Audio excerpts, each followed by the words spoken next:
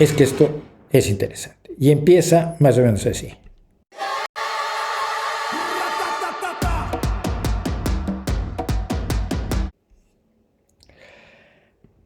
El otro día hice un pequeño video, un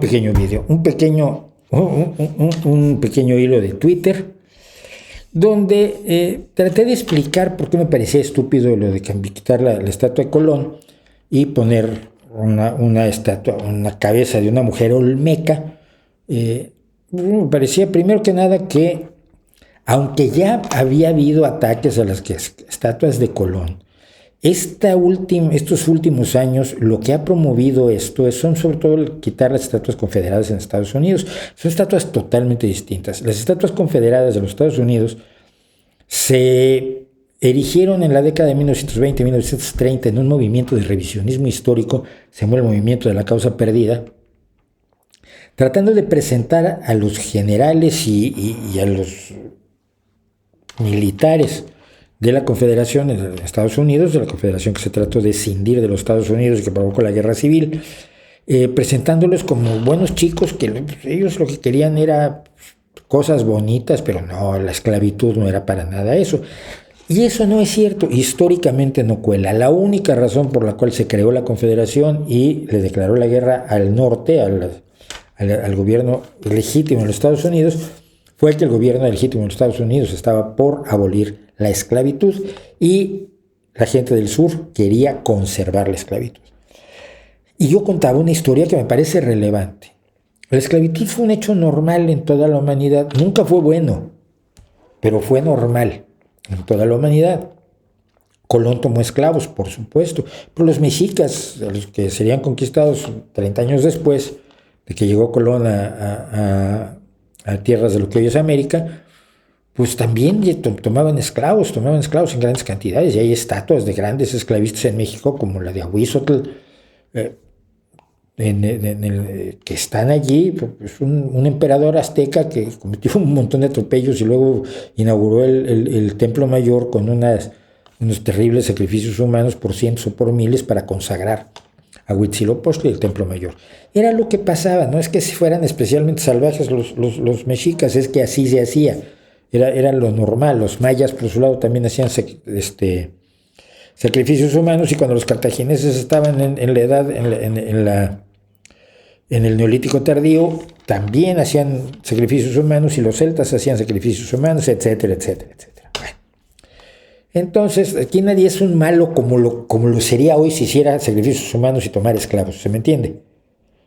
Entonces, sí, Colón tomó esclavos, porque Colón no tenía por objeto esclavizar a la América que no conocía, no es culpable de lo que pasó después, y analizado en su contexto histórico, pues era un tipo común y corriente, ¿no?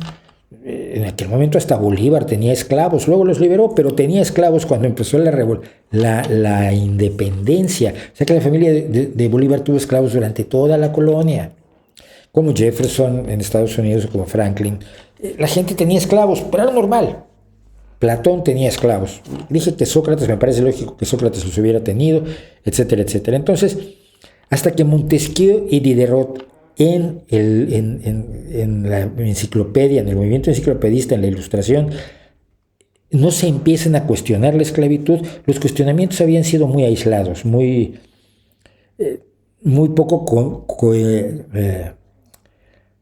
difundidos y muy poco relevantes socialmente. Sí había habido gente que decía que la esclavitud igual no era buena idea, pero ¿quién les va a hacer caso? Y nadie les hacía caso. El abolicionismo empieza en serio cuando el Reino Unido prohíbe la trata de esclavos en 1807. Y a lo largo de toda la primera mitad del siglo XIX se consolida una idea. Así como se consolidó, hablábamos de que se consolidó la idea de que la homosexualidad era una situación perfectamente natural del ser humano, se consolidó la idea de que la esclavitud era perfectamente despreciable, era totalmente aborrecible. Los países americanos se independizan en buena medida con un llamado abolicionista, con un llamado a terminar con la esclavitud.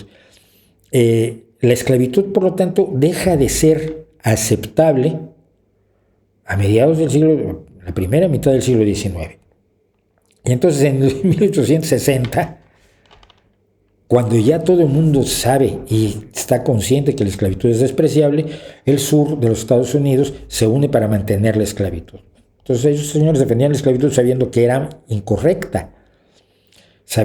No tenían la defensa que tenían antes, que incluso la propia Biblia defiende la esclavitud. En la segunda epístola a los tesalonicenses, San Pablo, Saulo de Tarso, explica cómo tienes que tratar a tus esclavos y cómo los esclavos deben ser obedientes con sus amos. O sea que tirar estatuas de confederados me parece muy bien. Lo de Colón creo que no se justifica de la misma manera. Si no quieres tener estatuas de personas que se comportaron moralmente en su momento de una manera que hoy es moralmente despreciable, te vas a cargar todas las estatuas del mundo. Pero todas, dime una. El héroe más guapo que tengas, probablemente era sexista, o probablemente era homofóbico, probablemente era racista. Porque lo que hoy sabemos de lo despreciables que son esas creencias, no lo sabían ellos. Tampoco son culpables moralmente de ello. Entonces, no puedes ejercer un juicio de la misma moral, estableciendo juicios morales aplicados a un pasado en el que no eran aplicables porque ni siquiera había conciencia de ellos. Ni siquiera había conciencia de ellos. Bueno, entonces yo decía que, a ver, Colón era una bestia. Sí, todos a su alrededor eran una bestia. Uno me dijo, un supuesto historiador mexicano, me dijo, ya, pero Colón era tan brutal que fue llevado a juicio en Castilla por maltrato a los indios. Sí. Y no lo condenaron, no solo no lo condenaron, sino que Bobadilla, el juez que lo llevó a juicio y que perdió el juicio, que no consiguió que condenaran a Colón, posteriormente se dedicó a la venta de esclavos. O sea, no es el malo de la película, era Colón. Ahí todos eran repugnantes a nuestros ojos actuales y por supuesto de lo que tenemos que aprender de ellos no es eso, ¿no? Bueno, pero entonces alguien me salió con una que sí me destrozó y me voy a dedicar mucho tiempo a esto, lo siento.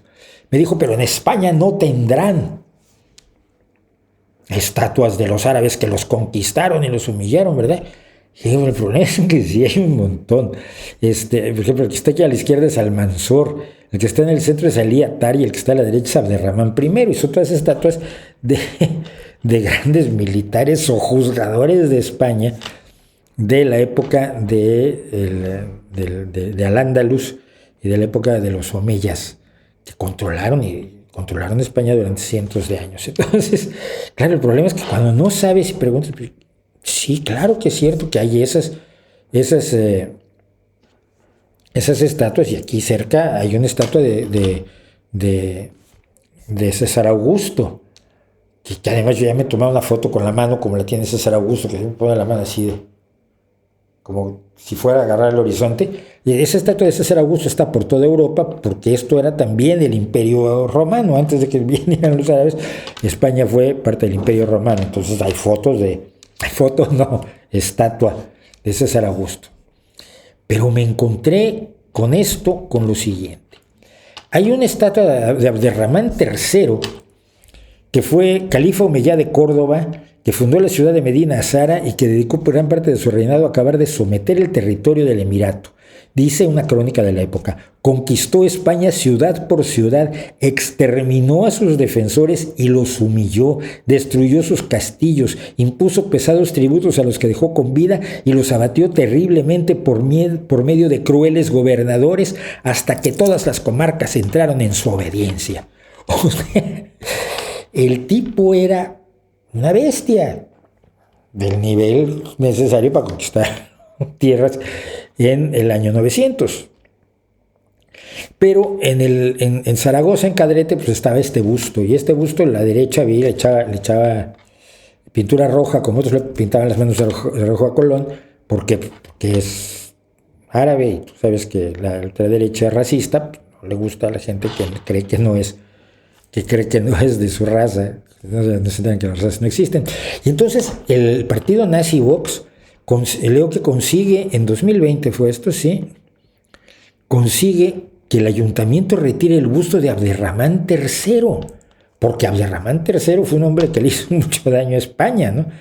Digo, pues, la lógica del gobierno mexicano al quitar estatua de Colón es como la de Vox, creo, en alguna medida. Lo más curioso es que Izquierda Unida, por ejemplo, protestó contra la retirada del busto de Abderramán III, y yo me imagino que si mañana le preguntan a Izquierda Unida sobre si hay que quitar estatua de Colón en la Ciudad de México, pues va a decir que sí.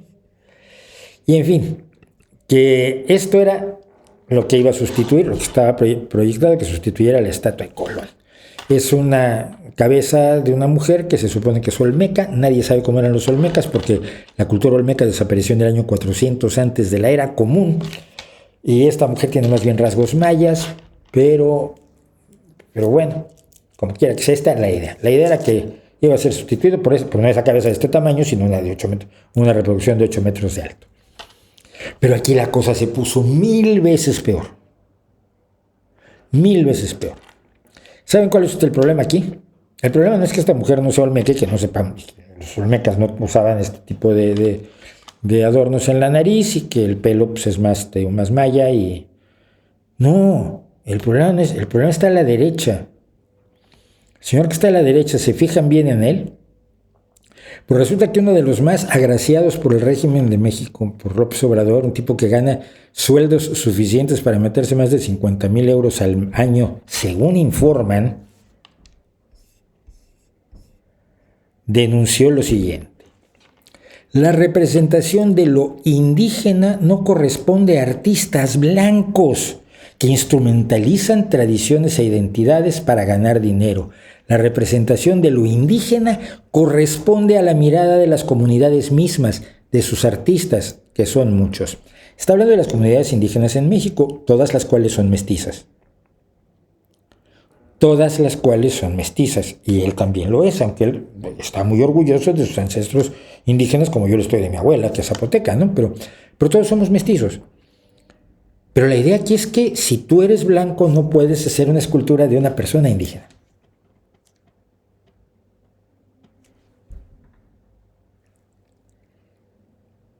Y este es un asesor importante del partido en el gobierno y del gobierno. Insisto, alguien tan adorado, que tiene varios salarios, que le suman una cantidad respetabilísima al año.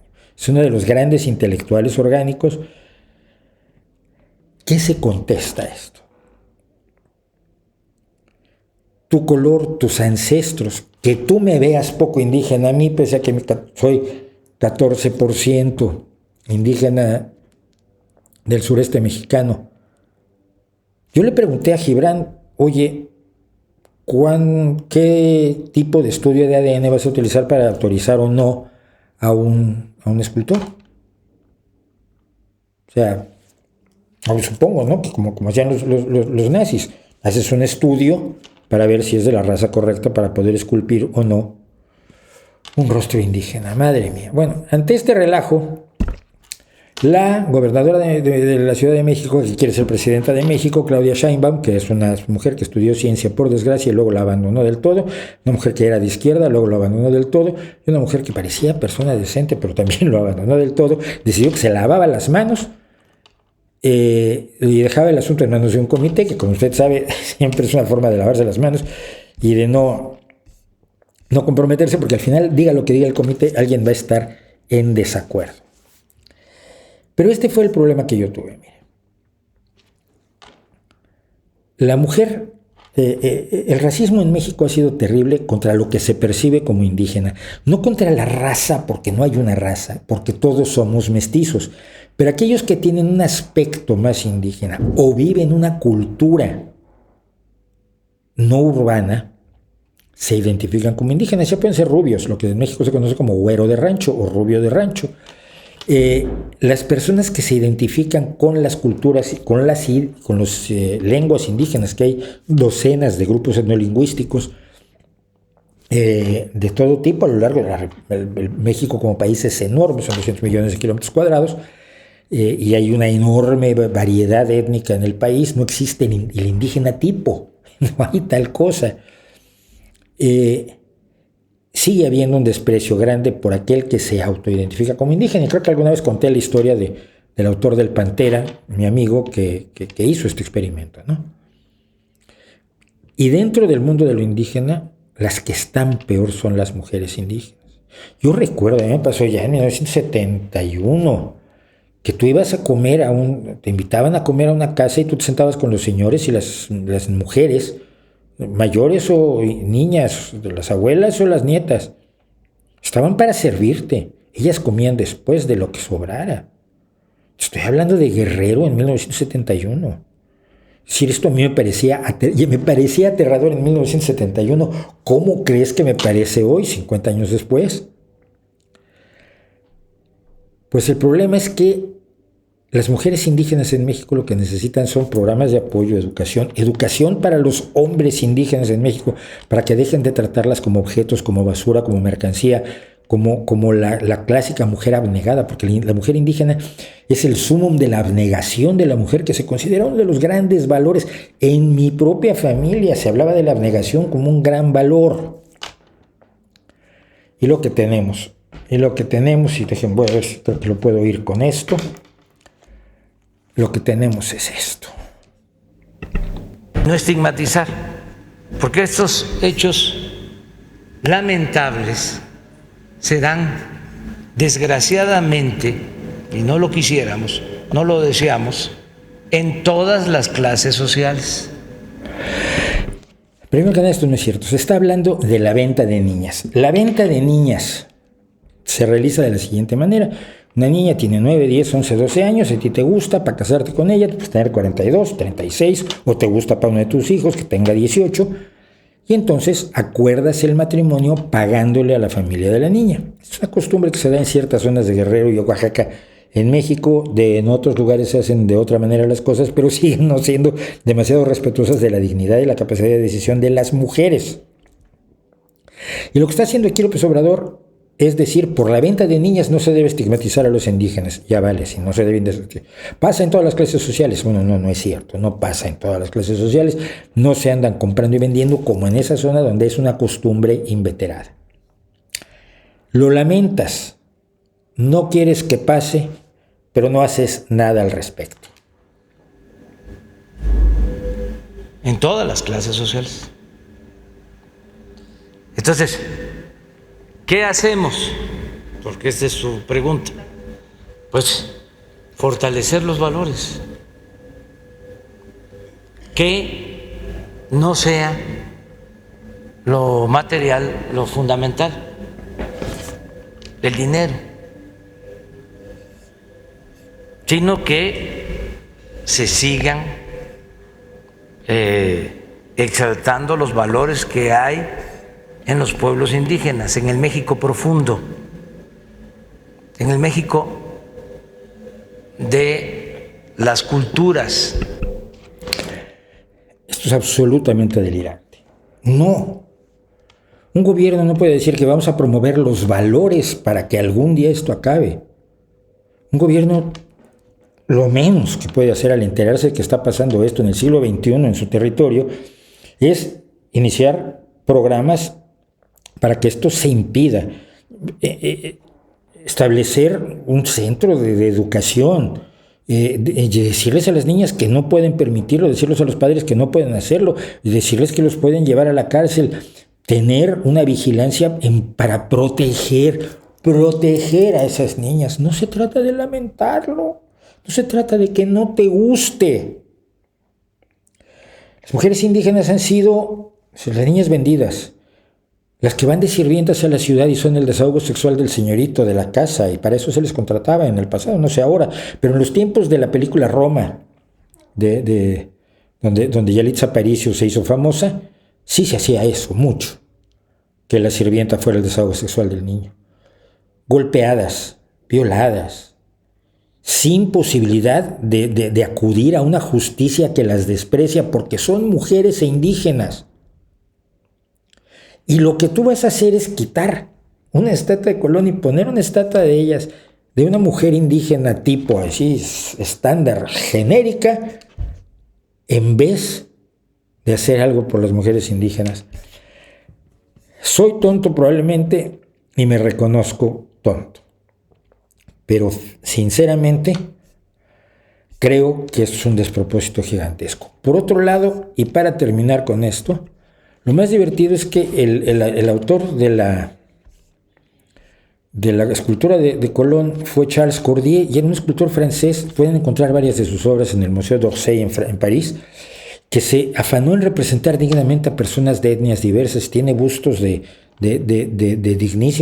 dignísimos hombres y mujeres africanos, asiáticos y árabes, donde él trató de representarlos no caricaturescamente, sino de realmente darle dignidad. Busquen los bustos de Charles Cordier, es magnífico, siquiera por eso, por lo menos, que no vayan a convertir esto en chatarra. Pero, porque finalmente la estatua es lo de menos, aunque también está por ahí de Bartolomé Las Casas, que fue el defensor de los indios y que también ya lo quitaron de allí. Pero al final lo que importa realmente es el problema del indigenismo en México, del falso indigenismo, del indigenismo de relumbrón, donde todo es forma y nada es fondo, y donde el indígena sigue siendo objeto de cambio, a quien se le pide el aplauso, a quien se le ve como un niño, a quien se infantiliza, de quien nos avergonzamos. Algunos dicen, nos avergüenza tener a esos indios, lo he oído, pero a quienes ningún gobierno mexicano, ni los anteriores ni este, han tratado de darles una vida mejor. Y eso debería preocuparles bastante más que la estúpida estatua de Colón. Ya, me metí en un lío grande, sí, gordo, sí, bonito. Bueno, pues sí, esto le dediqué más de media hora, creo. Lo siento, pero es que de verdad, yo me indigno. Luego, además, vino un historiador, también a sueldo del gobierno mexicano, que además es conocido por algunas cuestiones graves, como algunas acusaciones gravísimas que se han levantado contra él, a decirme que es un racista de closet por defender a Cristóbal. No defendía a Cristóbal Colón, simplemente dice que, hombre, retirar la estatua me parece un poco bobo. Pero me llamó racista de closet, me vinieron a insultar por cuenta del gobierno mexicano. Un montón de rascahueles y de matarratas que nunca han servido para nada y que solo sirven para vivir del dinero oficial. Y le publican libros, etcétera, etcétera, ¿no? No sé, ¿cómo no me voy a indignar? No sé, si me digan ustedes si estoy mal, si me indigno.